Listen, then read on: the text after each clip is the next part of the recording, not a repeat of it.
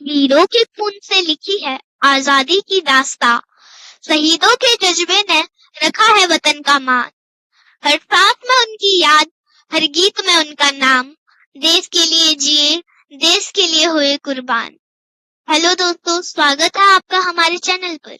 आज हम बात करने जा रहे हैं ऐसे दिन की जो हमारे देश के इतिहास में स्वर्णिम अक्षरों में लिखा गया। 23 मार्च यानी शहीद दिवस। ये दिन हमें याद दिलाता है उन महान क्रांतिकारियों की कुर्बानी को, जिन्होंने अपनी जान की परवाह किए बिना देश की आजादी के लिए लड़ाई लड़ी। तो चलिए इस खास दिन की कहानी को थोड़ा करीब से जानते हैं। 23 मार्च 1931 को 3 युवा क्रांतिकारियों भगत सिंह, सुखदेव थापर और शिवराम राजगुरु को अंग्रेजी हुकूमत ने फांसी पर चढ़ा दिया था। इनकी उम्र थी बस 13 से 24 साल, लेकिन इनके हौसले और जज्बे ने पूरे देश को हिलाकर रख दिया। इन शहीदों ने अपने खून से आजादी की मशाल को जलाए रखा। लेकिन सवाल ये है, आखिर ऐसा क्या हुआ था इन तीनों को फांसी की सजा दी गई? चलिए थोड़ा पीछे चलते हैं। 1920 का दशक था। भारत में अंग्रेजी हुकूमत अपने चरम पर थी। हर तरफ अन्याय, शोषण और दमन का माहौल था। ऐसे में भगत सिंह और उनके साथियों ने हिंदुस्तान सोशलिस्ट रिपब्लिकन एसोसिएशन के तहत आजादी की लड़ाई को एक नई दिशा दी।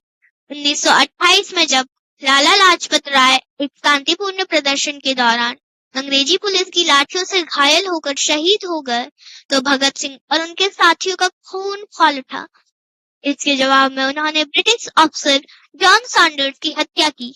लेकिन उनकी लड़ाई सिर्फ बदले की नहीं थी, वो देश को जगाना चाहते थे। अब आता है वो पल जिसने भगत सिंह को एक नौजवान से शहीद आजम बना दिया। 8 अप्रैल 1929 को भगत सिंह और बटुकेश्वर दत्त ने दिल्ली की सेंट्रल असेंबली में बम फेंका। लेकिन हैरानी की बात ये थी कि वो किसी को मारना नहीं चाहते थे।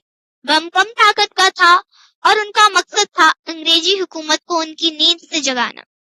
बम फटने के बाद उन्होंने नारा लगाया, इनकलाब जिंदाबाद, और खुद को गिरफ्तार होने दिया। उसके बाद शुरू हुआ उनका ट्रायल। कोर्ट में भगत सिंह ने कहा, हमारी लड़ाई अंग्रेजों से नहीं, उनके जुल्म से है।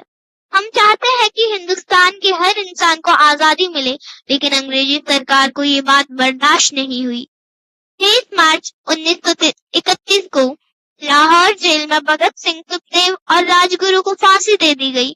कहा जाता है कि फांसी से पहले भगत सिंह किताब पढ़ रहे थे और हंसते हंसते फंदे पर झूल गए। सोचिए, 23 साल की उम्र में कोई इतना बड़ा बलिदान कैसे दे सकता है, वो भी बिना डरे, बिना झुके।